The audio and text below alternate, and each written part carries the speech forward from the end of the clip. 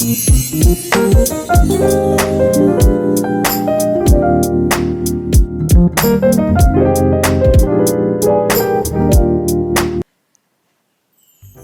guys, di video kali ini aku akan ngomongin tentang uang lagi ya. Bentar lagi kita masuk ke bulan Oktober. Ini udah akhir bulan September. Kerasa gak sih guys? Aku sih ngerasanya nggak tahu ya, kayaknya tahun 2020 ini tuh aku ngerasa cepet banget. Artinya udah tinggal Oktober, November, Desember. Udah tinggal 3 bulan lagi sebelum tahun 2020 ini berakhir. Nah, aku mau tanya dulu guys ke kalian, selama bulan Januari sampai September ini, kira-kira kondisi keuangan kalian itu gimana guys? Apa kalian bisa ngaturnya selama 9 bulan ini? Atau kalian, ya kalau habis terima gaji atau terima uang dari orang tua, baru berapa hari terus udah habis aja. Oke, untuk bulan Oktober ini, aku mau ngajak kita semua untuk lebih memperbaiki kondisi keuangan pribadi kita masing-masing. Buat kalian yang bertanya-tanya gimana ya caranya, aku akan kasih tahu step by stepnya guys. Stay tune ya guys di video ini. Untuk step yang pertama, kita harus tentuin goal keuangan yang mau kita capai. Maksudnya goal keuangan di sini adalah tujuan finansial atau tujuan keuangan yang pengen kamu capai di masa depan. Contohnya misalnya mau liburan, atau misalnya mau beli rumah, atau mau nikah, mau beli gadget, atau pensiun. Itu contoh-contohnya ya guys, kalian bebas coba kalian tulis di kertas, kalian punya goal keuangan apa. Dari banyaknya goal yang udah kalian tulis tadi di kertas, kalian kemudian bagi ke 3 jangka waktu. Ada jangka waktu pendek, menengah, dan panjang. Untuk jangka waktu yang pendek, bisa ditulis untuk yang di bawah 1 tahun. Kalau yang menengah itu antara 1 sampai 5 tahun, dan yang jangka panjang ya di atas 5 tahun tadi guys. Yuk coba tulis di kolom komen goal kalian apa aja nih guys buat jangka waktu pendek, menengah, sama panjangnya. Oh iya guys, aku ada tips kalau misalnya kita mau lebih cepat buat sampai ke financial goal kita bisa tulis di kertas terus ditempel di tempat yang sering kita lihat, misal di tembok depan kamar kita, atau bisa juga kita jadiin wallpaper di handphone. Nah itu kita jadikan lihat tiap hari. Kita pastinya bakal makin termotivasi untuk mencapai financial goal kita. Oke, kalau kita udah selesai step yang pertama tadi, kita langsung lanjut ke step kedua ya guys. Yang step kedua ini, kita harus tulis semua pengeluaran dan pendapatan yang kita punya. Contoh pendapatan misalnya gaji, atau sampingan, atau bunga, atau hasil investasi. Kemudian ada contoh pengeluaran. Pengeluaran di sini bisa macam-macam, misalnya internet, makan, pulsa, listrik, air, belanja bulanan, reward diri sendiri, zakat, perpuluhan, asuransi, transport, cicilan, kosan atau kontrak, atau pengeluaran lainnya. Next, kita lanjut ke step yang ketiga, yaitu harus buat budget sebelum kita gajian. Ingat ya guys, ini harus sebelum, jangan sampai pas kalian udah gajian, kalian belum buat budget ini. Untuk buat budget ini, aku ambil dari Elizabeth Warren's Rule, yaitu ada pembagian sebanyak 50%, 30%, dan 20%. 50%-nya ini untuk needs atau kebutuhan hidup dan wajib harus banget kamu bayarin. Contohnya kayak makan, transport, cicilan, kosan, kontrakan, listrik, air, itu kan memang wajib ya guys. Jadi udah nggak bisa ditawar-tawar lagi.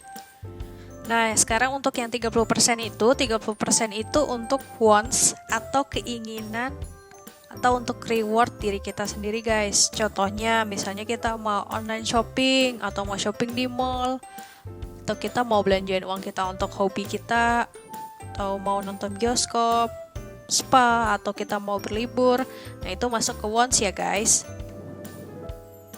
Yang selanjutnya yang 20% ini kita taruh untuk savings atau alokasi untuk goal keuangan kita yang tadi kita udah tulis di step nomor 1 tadi ya guys. Nah, untuk 20% ini kita bisa taruh di tabungan, di dana darurat, atau di investasi kita guys. Sekarang aku mau jelasin caranya untuk buat budget guys.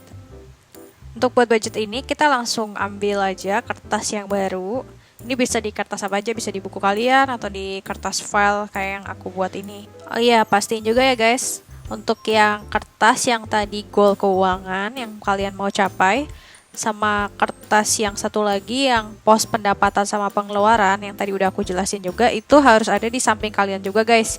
Jadinya pas kalian buat budgeting yang untuk bulan depan ini, kalian bisa ngeliat ke dua kertas tadi. Untuk bagian yang pertama, kita buat bagian pendapatan dulu guys. Nah, yang di pendapatan ini aku kasih highlight hijau ya guys, supaya lebih jelas. Kalian bisa lihat dari kertas kalian yang tadi udah kalian tulis tentang pendapatan. Nah, itu kalian pindahin guys ke dalam kertas budgeting ini. Jadi yang pertama dapat pendapatannya dari gaji. Gajinya itu 1.500.000. Kemudian yang bagian kedua dapatnya dari side hustle atau sampingan. Ini bisa misalnya 300.000. Kemudian yang ketiga itu dari bunga 300.000. Nah, total dapatnya 2.100.000. Kemudian bagian yang selanjutnya kita tulis juga bagian pengeluaran guys. Pengeluaran ini tadi kan udah aku jelasin ya. Untuk dari pembagiannya kan 50%, 30%, 20%. Oke, kita tulis yang 50% dulu ya guys. 50% ini untuk yang needs kita atau kebutuhan hidup dan harus dibayarkan sama kita. Di sini aku hitung dulu ya guys, karena tadi kan needs itu maksimal 50% dari pendapatan. Jadi 50% dikaliin 2.100.000 dapatnya adalah 1.050.000. Setelah itu aku lihat dari bagian kertas yang tadi kita tulis tentang pos pengeluaran. Yang dari step kedua tadi guys, aku catat di bagian needs ini, mana aja yang masuk ke needs.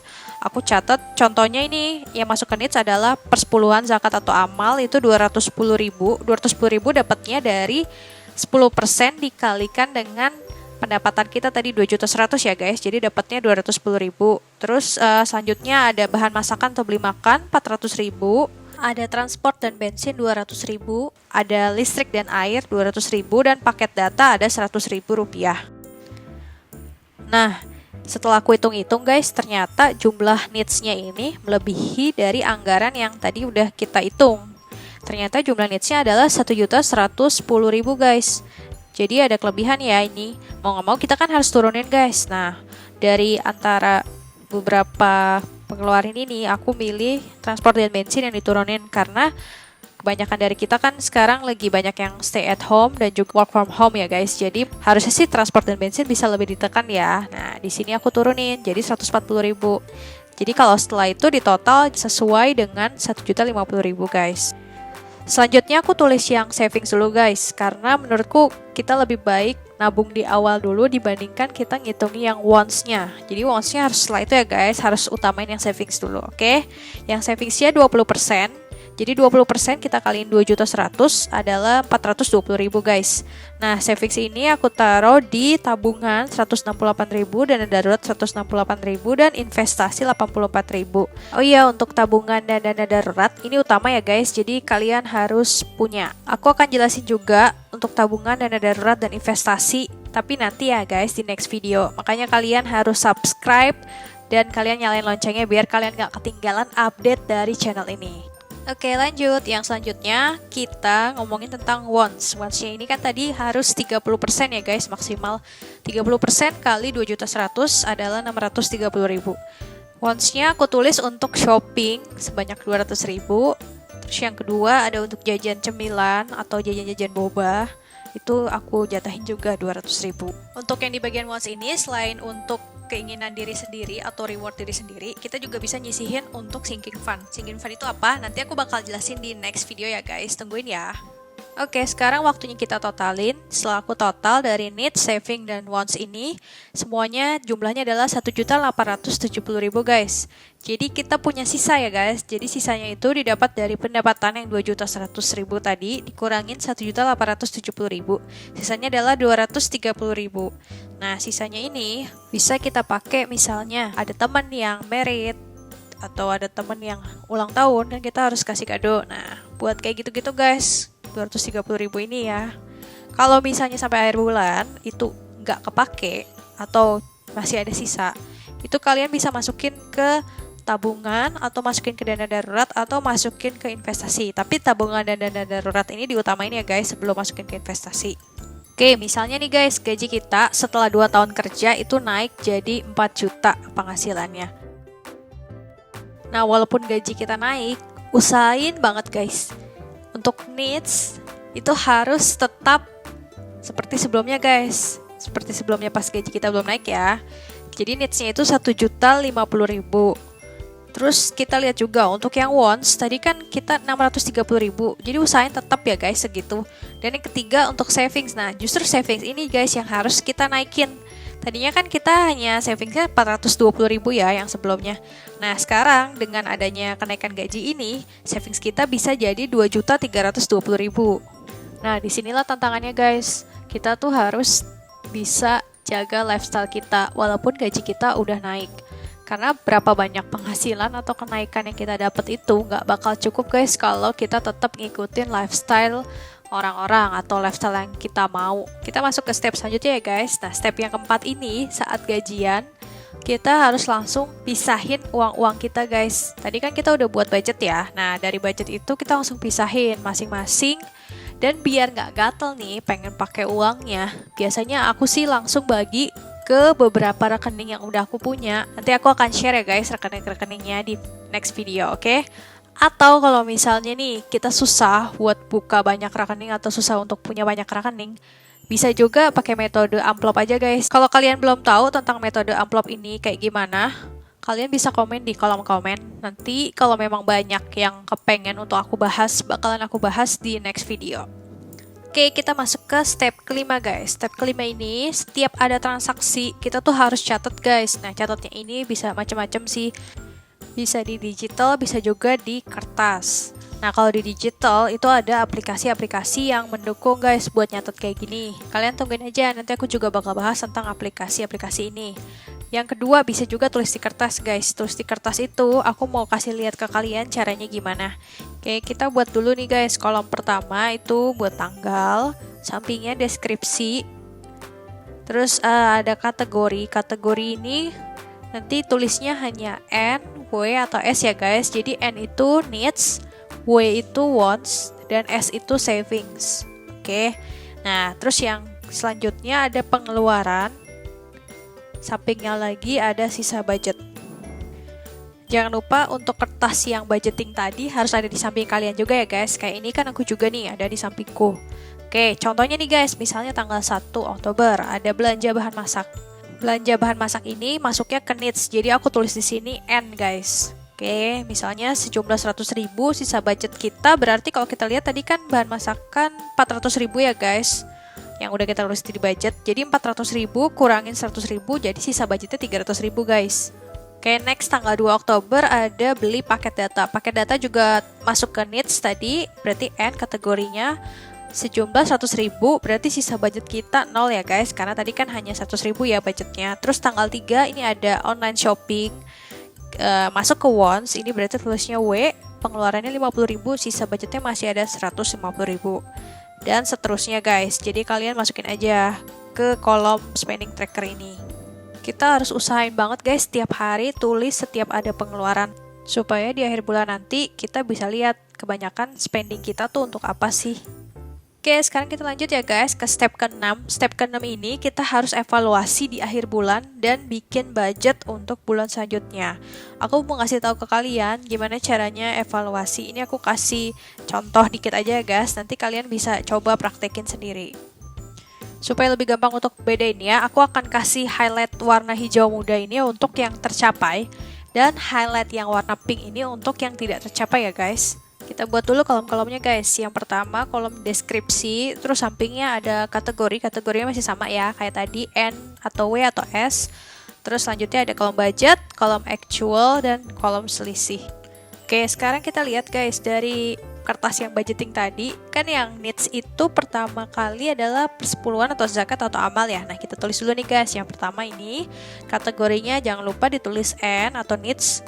Terus budgetnya tadi kan 210.000 ya guys. Nah, kita lihat dari yang daily spending tracker, apakah itu actualnya itu yang terjadi ya guys. Yang terjadi itu apakah benar kita ngasih 210.000 atau tidak. Kalau misalnya benar, berarti kan ditulis actual 210.000, berarti selisihnya 0. Oke, yang kedua di needs ini ada bahan masakan atau beli makanan.